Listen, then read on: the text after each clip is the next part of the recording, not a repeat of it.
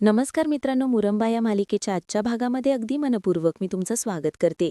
आजच्या भागामध्ये रमा आणि अक्षय हॉलमध्ये तसेच बसल्या ठिकाणी झोपी जातात. शशिकांत सकाळ होते आणि उठून येतो तर बघतो तर काय दोघंही एकमेकांच्या मिठीत आता तसेच झोपलेले असतात. एकदम बसून शशिकांत त्यांना उठवतो तेव्हा आता दोघंही घाईने उठवतात. तेव्हा शशिकांत त्यांना म्हणतो की काय तुम्ही दोघंही असेच झोपी गेलेत का? अरे हे बघा, माझी ऑकला जाण्याची वेळ झालेली आहे आणि तुमची जर नाईट ड्युटी संपली असेल तर जा बरं, जा फ्रेश व्हायला जा. अक्षय आणि रमा आता बावरूनच उठतात, पूर्णपणे गोंधळून जातात. काय करावं नक्की त्यांना काहीच कळत नसतं. तेव्हा आता रमा विचारते की अभिदादा अजून नाही आले का? कारण रमा आणि अक्षय अभिची वाट बघून बघून मात्र तिथे तसेच झोपी जातात. शशिकांत म्हणतो की काय, अभिषेक अजूनपर्यंत नाही आलेला? रात्री गेलेला आहे तेव्हापासून? तर अक्षय आणि रमा नाही म्हणतात. शशिकांत म्हणतो की अरे, मी त्याला ऑकला घेऊन जाणार होतो आणि तो अजून आलेला नाही. तेव्हा आता अक्षय म्हणतो की तो तर आलेला नाहीच आहे आणि त्याचा फोनसुद्धा अजूनपर्यंत बंद आहे आणि फोनसुद्धा आलेला नाही. त्यावरती आता शशिकांत म्हणतो की अरे, तुम्हाला झोपलेलं बघून तो मात्र अगदी कोणाला डिस्टर्ब नकोय म्हणून गेला असेल शांतपणे झोपायला, त्याच्या रूममध्ये असेल. त्यावरती मात्र अक्षय म्हणतो की तो जर आला असता तर हिला समजलं असतं, कारण ही मात्र अगदी सावधपणे झोपलेली असते. तिची झोप मात्र अगदी सावध असते. जरी काही आवाज जरी आला तर लगेच ती उठते. तेव्हा आता रमा म्हणते की नाही, तरीसुद्धा आपण अक्षय खात्री करून घेऊयात आणि चला, असे बोलून मात्र ते अभि आलेले आहेत का रूममध्ये बघायला जातात. तेव्हा आता अभिच्या रूममध्ये जेव्हा ते बघायला येतात तर बेडवर काही अभि नसतो. अक्षय आवाज देतो की अभया, अभया, आणि शशिकांत मात्र आता अभिची वाट बघत असतो की नक्की हा गेला कुठे. तर अक्षय आणि रमा त्याच्या रूममध्ये शोधतात, परंतु अभि तेथेही नसतो. अक्षय आणि रमा खाली येतात तर शशिकांत विचारतो की काय झालं. तर अक्षय म्हणतो की तो अजूनपर्यंत नाही आलेला. तेवढ्यात दरवाजा वाजतो. तर आता घाईने अक्षय आणि रमा दरवाजा उघडतात तर आता अभि असतो. अभिला बघून मात्र शशिकांत डोक्याला हातच लावतो आणि अक्षयला धक्काच बसतो. तर रमा विचारते की अभिदादा, तुम्ही इतके वेळ कुठे होतात? तरी सुद्धा अभि काही उत्तर देत नसतो. तर अभिची अवस्था खूप भयानक असते. तर रमा पुन्हा विचारते की अभिदादा, अहो आम्ही काय विचारतोय, तुम्ही रात्रभर कुठे होतात? आम्ही रात्रभर तुमची वाट बघत होतो. तेव्हा आता अक्षय सुद्धा विचारतो की अभ्या, काहीतरी ती विचारते त्याचं उत्तर दे. तू रात्रभर कुठे होतास? अरे एका मिनिटात येतो असेच सांगून तू निघून गेला होतास आणि 1 मिनिट असा आहे का तुझा? अरे अरे, तू रात्रभर आलेला नाहीस. नक्की इतकं महत्वाचं काय बोललं होतं? अभि काही उत्तर देत नसतं.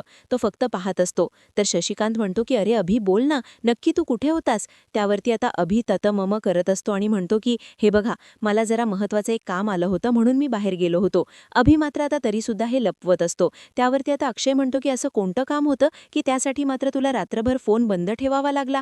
त्यानंतर आता शशिकांत सुद्धा खूपच चिडतो आणि अभिला म्हणतो की अरे बोल, काय इतकं गप्प बसलायस? अरे अक्षय तुला काहीतरी विचारतोय, मग त्याचं उत्तर दे ना. तर अभि आता अगदी रागावून म्हणतो की हे बघा, काही घडलेलं नाही, काही झालेलं नाही. तुम्ही कालपासून माझ्या मागे लागलेले आहात आणि काही घडलेलं नाही, काही प्रॉब्लेम नाही, सगळं काही व्यवस्थित आहे. तेव्हा आता अक्षय विचारतो की अरे पण रात्रभर तू होतास कुठे नक्की? काय कुठे होतास? तेव्हा तर रमा सुद्धा म्हणते की हो, नक्कीच काहीतरी झालेलं आहे आणि अभिदादा आपल्यापासून ते लपवत आहेत. त्यावरती आता अभि म्हणतो की हे बघा, मला तर ह्याच गोष्टीचं दडपण होतं आणि जर तुम्हाला ऐकायचं असेल तर ऐका. मला असं वाटतं की तुम्ही सगळेजण मात्र खूप चुकीचा विचार करत आहात. तर त्यावरती आता अक्षय विचारतो की कशाबद्दल? तर आता अभि डायरेक्ट म्हणतो की रेवाबद्दल. आता रेवाचं नाव घेताच अक्षय आणि रमाला तर फार मोठा धक्काच बसतो. अभि पुढे म्हणतो की त्या रेवावरती तुम्ही सगळेजण इतके आरोप करतात आणि ती मात्र इतक्या वर्षानंतर बदललेली असेल, असं कशावरून नसेल त्यावरती? आता हे सर्व ऐकून अक्षय अभ्याला म्हणतो की अभया, तू कशावरून हे सर्व बोलतो? तर आता अभि म्हणतो की हे बघ, रेवा मात्र आता अक्षय बदललेली आहे आणि हे बघ, माणसाला मात्र दुसरी संधी आपण द्यायला हवी. त्यावरती आता शशिकांत म्हणतो की अरे कालपर्यंत मात्र आपण तिच्या म्हणजे जे काही पाप होतं तर त्याचा पाढा वाचत होतं आणि आज मात्र तू त्याचं समर्थन करतोयस. तेव्हा रमा म्हणते की हे बघा अभिदादा, मला खरंच कळतंय, कारण रेवाचे इतक्या दिवसातून आता इथे समोर येणं आणि हे तुम्हाला अस्वस्थ करत असेल, कारण रेवाने सगळ्यात जास्त तुमचा विश्वासघात केलेला आहे की आपल्या कुटुंबाला उद्ध्वस्त करण्यासाठी. तुम्ही सांगा की तुम्ही हे सगळं तिच्याबद्दल कसं बोलू शकता बरं? त्यावरती आता अभि म्हणतं की हे बघा, माणसं बदलतात रमा, त्यामुळे काळ सुद्धा बदलून जातो आणि आज सुद्धा रेवाच्या बाबतीत तेच झालेलं आहे. रेवा बदललेली आहे आणि मी तुम्हाला तेच सांगण्याचा प्रयत्न करतोय. तुम्हाला जर ऐकायचं असेल तर ऐका, माझं सांगण्याचं काम होतं. असे बोलत मात्र अभि जरा टेन्शनमध्येच विचार करत आतमध्ये निघून जातो. अक्षय आणि रमा सुद्धा आता रागाने आतमध्ये निघून येतात. तर अक्षय रमाला म्हणतो की आता हे सगळं काय नवीन नाटक आहे? काल रात्री मात्र तो काहीतरी वेगळं बोलत होता आणि आता मात्र वेगळं बोलतोय. आता हे कसलं नवीन नाटक आहे त्याचं? म्हणून अक्षय आता खूपच चिडतो.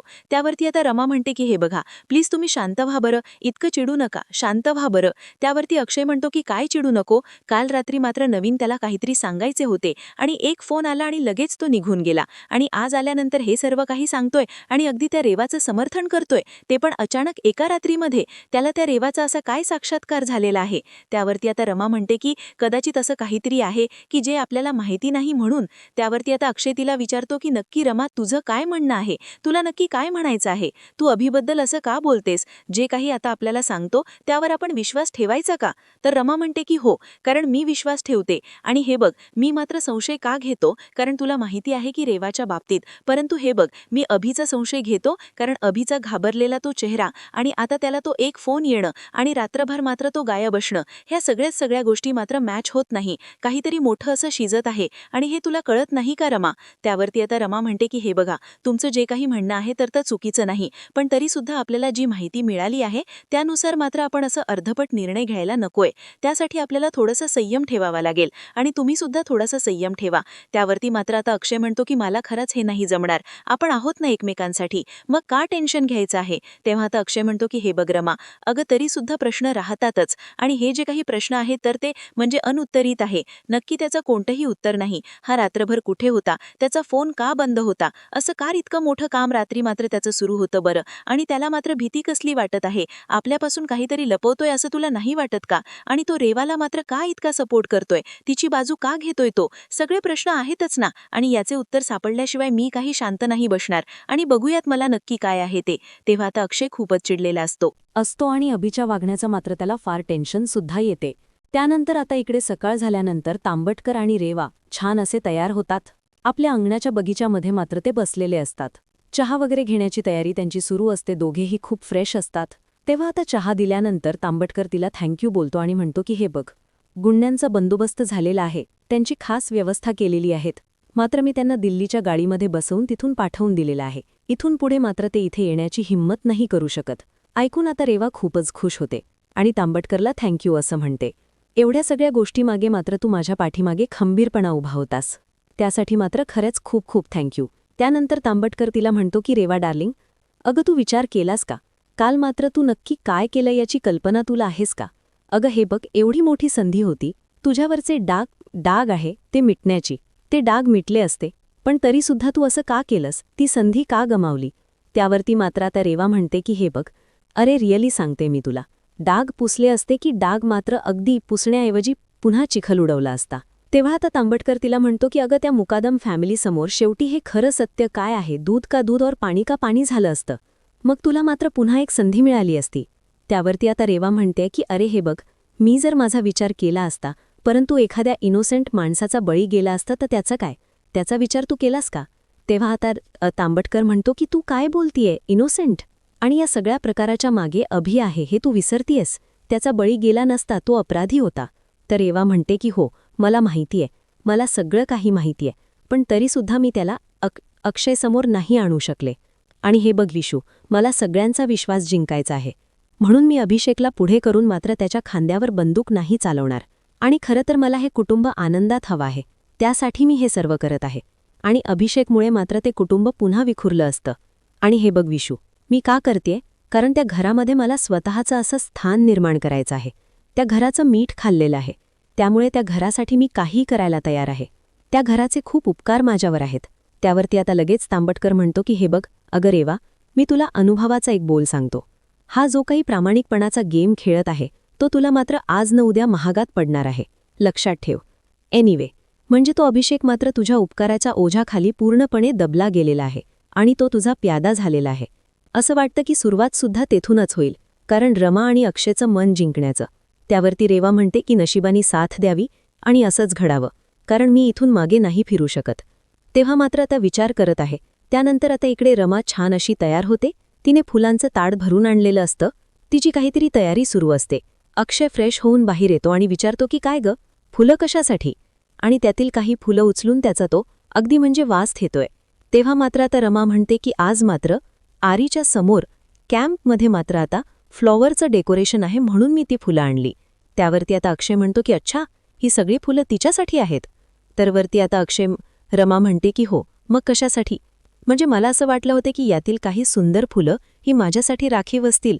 त्यावरती आता रमा म्हणते की हो, अच्छा, तुम्हाला असं वाटतं की जगातील सगळ्या काही गोष्टी सुंदर आहेत ना, तर त्या फक्त आणि फक्त तुमच्यासाठी. तेव्हा आता अक्षय म्हणतो की का नसावं? जगातील सर्वात सुंदर जर बायको माझी आहे, हे सगळं तिचं आहे, मग माझं होत नाही का? माझा हक्क नाही का त्या सगळ्यावर? माझा हक्क आहे, तिच्यावर सुद्धा माझा हक्क आहे. त्यावरती आता रमा म्हणते की झालं का आता आवरा, आता उशीर होतोय. तेव्हा आता अक्षय पुन्हा रमाच्या जवळ येतो आणि म्हणतो की माझ्या मनामध्ये एक शंका आहे. तर आता रमा विचारते की आता नवीन काय शंका आहे? तर अक्षय म्हणतो की मला एक कळत नाही. फुलं हातामध्ये घेतो आणि म्हणतो की मला एक गोष्ट सांग बरं, हा गुलाब जास्त सुंदर आहे की तू? तेव्हा आता रमा म्हणते की झालं का तुमचं सुरू? त्या इकडे तू गुलाब म्हणून आता रमा रागाने हिसकावून घेते. तेव्हा लगेच आता अक्षय जोरात आहा असं ओरडतो. तेवढ्यात अक्षय नाटक करत असतो की त्याच्या छातीत जोराची कळ निघालेली आहे. रमाचा जीव कासवीस होतो. ती म्हणते की काय झालं हो, मुद्दाम नाही केलं. थांबा, मी तुमच्यासाठी पाणी घेऊन येते. तेव्हा आता अक्षय खूपच अगदी करत असतो आणि तो रमाचा हात धरतो आणि नको पाणी वगैरे नकोय. तेव्हा तर रमा म्हणते की अहो का नकोय? आणि आता नकोय म्हणून तू डोक्याला हात लावतो. रमाचा हात एका हाताने पकडतो. तेव्हा तर रमा म्हणते की थांबा, मी हॉटबॅग घेऊन येते. तेव्हा आता अक्षय म्हणतो की नकोय, आता ती सुद्धा नकोय. तेव्हा तर रमा म्हणते की अहो सांगा ना प्लीज, काय झालेलं आहे? प्लीज अगदी सांगा, नक्की तुम्हाला खूप दुखतंय का? खूप लागलंय का? तर अक्षय म्हणतो की माझा तुझा कोपर लागलेला आहे मला. कोपर माझा जीव पुन्हा कासवीस होतो. ती म्हणते की चुकून झालं, प्लीज अहो चुकून झालं. आता रमा विचारते की अहो नक्की काय झालेलं आहे? तर अक्षय तिच्या हाताला धरतो, उठतो आणि म्हणतो की हे बघ, सगळ्यात सोपं असं सोल्युशन आहे. रमा विचारते की काय आहे? तो अगदी कणात म्हणजे उठून राहण्याचा प्रयत्न करतो आणि गुपचूप लगेच गुलाबाचा फूल हातात घेतो आणि मला जर बरं व्हायचं असेल, मला जर त्रास कमी व्हायचा असेल, तर तू छान मला एक स्माईल करून दाखव आणि गोड छान पापा दे. आता रमा म्हणते की पापा नाही तर लाफा. हे सर्व काय चाललंय तुमचं? एक तर मला खूप टेन्शन आले होते आणि मला तर असं वाटलं होतं की तुम्हाला खरंच लागलेलं आहे. किती नाटकं ऍक्टिंग करतायत तुम्ही. तेव्हा आता अक्षय म्हणतो की हो, मी ऍक्टरचा फॅन आहे. तर अक्षय ते गुलाबाचं फूल प्रेमाने तिला देत असतो. तर रमा सुद्धा त्याची गंमत करते आणि रागाने त्याच्यावर ओरडते की आवरा पटकन. आता अक्षय पुन्हा तिला जवळ घेतो आणि म्हणतो की हे बघ, फुलांचा सुगंध आहे, तो तुझा सहवास आहे. सकाळची गरमागरम कॉफी, त्यापेक्षा आयुष्यामध्ये दुसरं कोणतंही सुख नाही. आणि रमा मात्र जोर आणि दणका ठेवून देते. अक्षय म्हणतो की आता मात्र चांगलंच लागलेलं आहे बरं का. तर आता मात्र लगेच अक्षय हसत असतो आणि खरंच लागलीये असं तो ओरडत असतो. त्यानंतर आता इकडे रमा मात्र तांबटकर बरोबर फोनवर बोलत असतो की तांबटकर मात्र कोणाची वाट बघत नसतो, तो वाट बघायला लावत असतो. मी लगेच पुण्यामध्ये पोहोचतोय आणि क्लायंटला सांगा की मी आता ऑन द वे आहे, पुण्यामध्ये पोहोचणारच आहे. आणि तेवढे तिथे रेवा येते. रेवा म्हणते की हे बघ विशू, कामाच्या नादात मात्र आता तू जेवणाची वेळ आणि स्वतःच्या गोळ्या घेण्याची वेळ काही विसरू नको. आणि तुला तर माहितीये की तुला काळजी घ्यायची आहे. तर आता तांबटकर खुश होतो आणि थँक्यू असं बोलतो. आणि हे बघ रेवा, तुला जर काही लागले तर तू मला नक्कीच फोन कर. आणि खरं तर तू आता माझ्यासोबत असायला हवी होतीस आणि इथे मात्र तू एकटीच बसशील आणि विचार करत बसशील. त्यावरती रेवा म्हणते की नाही, अरे तसं काही होणार नाही, डोंट वरी. हे बघ, माझी काळजी करण्याची तर गरजच नाही आता. त्यावरती तांबटकर विचारतो की म्हणजे नक्की काय? तर रेवा म्हणते की म्हणजे आपण ज्याची वाट बघत होतो ती आली, म्हणजे आता शांताबाई आलेले असतात बॅग वगैरे घेऊन. आता शांताला बघून तांबटकर खुश होतो आणि म्हणतो की शांता. तर शांता म्हणते की हो, आणि ताईसाहेब तुम्ही दोघे कसे आहात? आणि हे बघ, टीव्हीवर मी बातमी बघितली आणि काळजामध्ये माझ्या धस झालं. शांताचे डोळे भरून येतात. का भरून येतात. तांबटकर तिला म्हणतो की ठीक आहे, आता मात्र तू आलेली आहेस ताईसाहेबांची काळजी घेण्यासाठी, त्यामुळे आता मात्र मी निश्चिंत राहणार आहे, बिनधास्त कामावर जाऊ शकतो. तेव्हा शांता म्हणते की उलट मात्र येण्यासाठी मला उशीर झालेला आहे. इकडे येण्याच्या गडबडीत मात्र मला काही सुचत नव्हतं. वरती आता तांबटकर म्हणतो की काही हरकत नाही, तू आलीस हीच खूप मोठी गोष्ट आहे. पण हे बघा चंदाबाई, अहो काही झालं तरी आता त्यांची काळजी घ्यायची आमच्या ताईसाहेबांची, म्हणजे बाईसाहेबांची, आणि एकटं मात्र त्यांना सोडायचं नाही. आता चंदाबाई म्हणते की हो साहेब, तुम्ही काही काळजी करू नका. तांबटकर आता खुशत म्हणतो की चला बाय. आणि आता रेवाला तू जवळ घेतो, टेक केअर ऑफ म्हणतो, आणि चंदाला सुद्धा म्हणतो की हो काळजी घ्या. आणि आता तांबटकर आपल्या कामासाठी निघून जातो. वरती आता रेवा म्हणते की चंदा, तुला माहितीच असेल की मी तुला इथे का बोलवलं, आणि हे बघा, हे घर सांभाळण्याची आणि तुमची सेवा करण्याची जबाबदारी तर माझीच आहे. आणि तसंही इतक्या हक्काने मात्र ही जबाबदारी तुम्ही दुसऱ्या कोणाला देणार आहात का? तेव्हा आता रेवा चंदाचा हात धरते आणि म्हणते की चंदा, हे बघ, फक्त तू घर नाही सांभाळत, मला सुद्धा सांभाळतेस. आणि या कठीण काळामध्ये मी तर तुला इतकं मिस केलेलं आहे आणि खूपच जास्त मिस केलेलं आहे. आणि खरंच आता तू आली तर मला खरंच खूप बरं वाटतं. तेव्हा आता चंदा म्हणते की ताईसाहेब, मी आले ना, मग आता अजिबात काळजी करण्याचं काही कारण नाही, टेन्शन घ्यायचंच नाही. बघा, सगळं काही चांगलं सगळं होणार आहे. गेलेले जे काही दिवस आहे ते सगळे परत येतील. सगळं काही तुमच्या मनासारखं होईल. आणि हा चंदाचा शब्द असेल तुम्हाला, तेव्हा आता रेवाचे डोळे भरून येतात. हसतच मात्र ती आता रेवाला घेऊन आत येते. दोघे खूप खुश असतात. त्यानंतर आता इकडे रमापत्र आरोहीला सगळे काही फुलं आहे तर ती एका पिशवीमध्ये भरून देते. हे बघ आरोही, ऐक, जे काही ते सांगतील ना, शांतपणे ऐकून घ्यायचं आणि मगच ते सर्व करायचं. हे बघ, कोणतीही गडबड वगैरे करू नकोस. मी तुला 5 वाजता न्यायला येते. तेव्हा आता आरोही तिला घट्ट असे मिठी मारते आणि म्हणते की हो, पण नक्की यायचं, नाहीतर मी तुझ्यावर रुसून बसेल. तेव्हा आता आरवी असं म्हटल्यानंतर रमा म्हणते की काही गरज नाही, मी नक्की तुला न्यायला येते. आणि तिचे एक गोड पापा घेते. दोघे एकमेकींना बाय बाय करतात. तेवढ्यात मात्र आता एक जी काही मॅडम आहे तर ती मात्र आता रमाच्या जवळ येते आणि म्हणते की हॅलो आरके मॅडम, तुम्ही कसे आहात? बघा, अहो किती थकवा दिसतो तुमच्या चेहऱ्यावर आणि तुमची रोजची होणारी जी काही धावपळ आहे तर ती तुमच्या चेहऱ्यावर स्पष्ट दिसत आहे. त्यावरती रमा म्हणते की हो, धावपळ होते हे ठीक आहे, पण आरू बरोबर दिवस कसा जातो तोच कळत नाही. आता ती जी मॅडम आहे तर ती म्हणते की कसं आहे, हे बघा, आपल्या दोघींच्याही मुली एकाच वर्गामध्ये शिकतात. तुमच्याकडे बघा बरं, तुम्ही किती वयस्कर दिसू लागले आहात. जरा स्वतःकडे लक्ष द्या.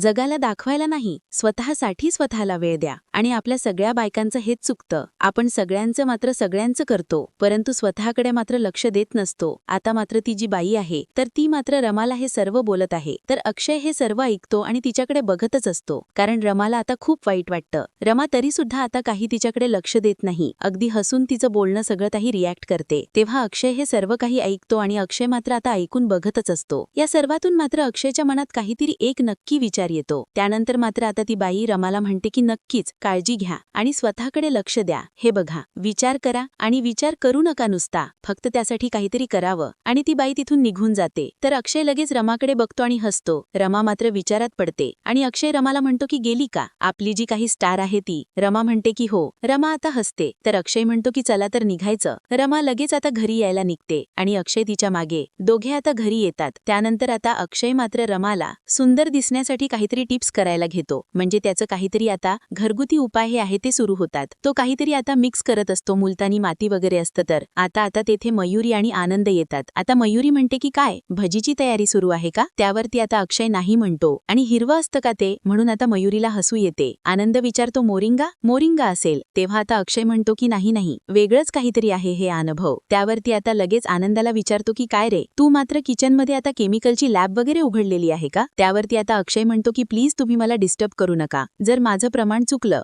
गडबड होईल, त्यामुळे तुम्ही डिस्टर्ब करू नका. तेव्हा मात्र आता मयुरी थोडासा स्मेल घेते आणि म्हणते की अक्षय, अरे हे सर्व काय आहे? हे आता सगळ्या मुलींच्या अगदी फेस पॅक बनवण्याच्या अगदी ह्या म्हणजे वस्तू आहेत. नक्की तू काय करतोस? तेव्हा आता आनंद तर आश्चर्याने मोठे डोळे करून पाहतच असतो. त्याला विचारते की तू काय करतोस, म्हणजे स्वतःवर प्रयोग करतोस की काय? आणि आनंद मात्र आता हसायला सुरुवात करतो. त्यावरती अक्षय हसतो आणि म्हणतो की मी स्वतःवर प्रयोग नाही करत, तर हे सर्व मी रमासाठी करतोय. कारण कसं आहे की रमा सध्या खूप दमते बिचारी, थकते आणि ते सगळं काही चेहऱ्यावर दिसतं. आणि त्यात म्हणजे तिने शुगर सुद्धा सोडलेली आहे. आणि त्यात म्हणजे कसं बसं आत्ताच मी तिला श्रीखंड भरवलं आणि श्रीखंडामध्ये मात्र मी थोडंसं जायफळ जास्त घातलं, त्यामुळे मात्र ती मस्त झोपलेली आहे, एकदम गाढी. आणि ती झोपलेली असताना मात्र फेस पॅक आहे ते तिच्या चेहऱ्याला मला लावायचं आहे आणि ती उठल्यानंतर तिला एकदम फ्रेश वाटेल. आनंद आणि मयुरीला खूपच हसायला येते. आनंद त्याची गंमत करत म्हणतो की बायकोची काळजी घेणारा जो काही इतका नवरा आहे, म्हणजे इतकी काळजी घेणारा तुम्ही पहिल्यांदाच बघत आहे. फक्त तुमच्या जोडीला मात्र कुणाची नजर लागायला नको. तेव्हा आता लगेच मयुरी दृष्ट काढते. खरंच काय गंमत आहे की आपली वहिनी तिथे गाढ झोपलेली आहे, दादा मात्र ब्युटी पार्लर चालवतोय. तिघांना इतकं फार असं हसायला येते. तिघे खूपच हसतात. तर मित्रांनो, शेवटी हा भाग येथे संपतो. पुढील भागामध्ये तर रमा